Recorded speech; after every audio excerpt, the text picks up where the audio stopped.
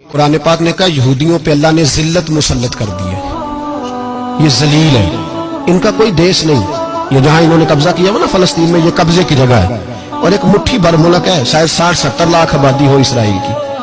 اگر امریکہ اس کی مدد نہ کرے تو اسرائیل قائم نہیں رہ سکتا۔ اور اس کے گرد 12-14 اسلامی ملک ہیں۔ بیت المقدس مسجد اقصی معمولی جگہ نہیں۔ حضور نے فرمایا 3 سفر کرو تو سمجھنا ہم عبادت کر رہے ہیں۔ کون کون سے؟ فرمایا اگر بیت اللہ جاؤ تو عبادت سمجھ کے جانا، مسجد نبوی کی طرف جاؤ تو عبادت ہے، اور مسجد اقصی کی طرف جاؤ تو یہ بھی عبادت ہے۔ اور فرمایا مسجد اقصی میں جس نے ایک نماز پڑھی اسے 25,000 نمازوں کا ثواب ملے گا۔ یہ وہ مسجد ہے جس کے ساتھ معراج شریف جڑا ہوا ہے۔ قرآن پاک نے کہا کہ اس مسجد میں سبحان اللہ اسریٰ بعبدہ لیلا من المسجد الحرام الی المسجد الاقصی۔ مسلمانوں، قرآن کہتا ہے کہ تمہارے معراج کی شان رسول پاک کی مسجد اقصی سے جڑی ہے۔ جس محبوب کو رب معراج کرائے تو مسجد اقصی میں لا کے کرائے۔ وہ جگہ معمولی جگہ ہے، وہ معمولی جگہ ہے مسجد اقصی۔ نبی پاک نے وہاں نبیوں کی امامت کرائی، 17 مہینے اس مسجد کی طرف منہ کر کے تیرے اور میرے رسول نے نمازیں پڑھی۔ چھوٹی جگہ ہے اور پوری دنیا کا مسلمان اسے چاہیے شرم سے گڑ جائے۔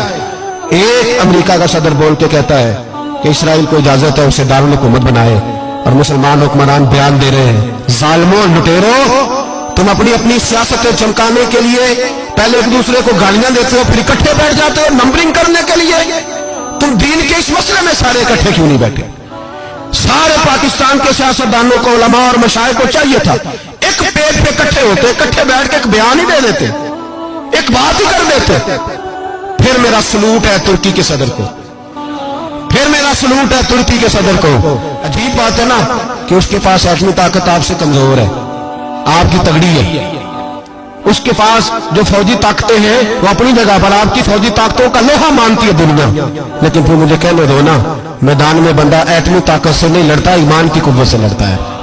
وہ بول اٹھا ہے نا، کیا کر لیا اس نے اپنی پارلیمنٹ سے خطاب کیا ہے۔ اس نے بہت عرصہ پہلے کہا تھا مسجد اقصی میری خواب میں آئی تھی اور رو کے کہتی تھی آئے مجھے کوئی صلاح الدین ایوبی کا ماننے والا، کوئی آئے مجھے بچائے۔ کہتے میری خواب میں آئی تھی اور روتی تھی، کہتی تھی کوئی آئے۔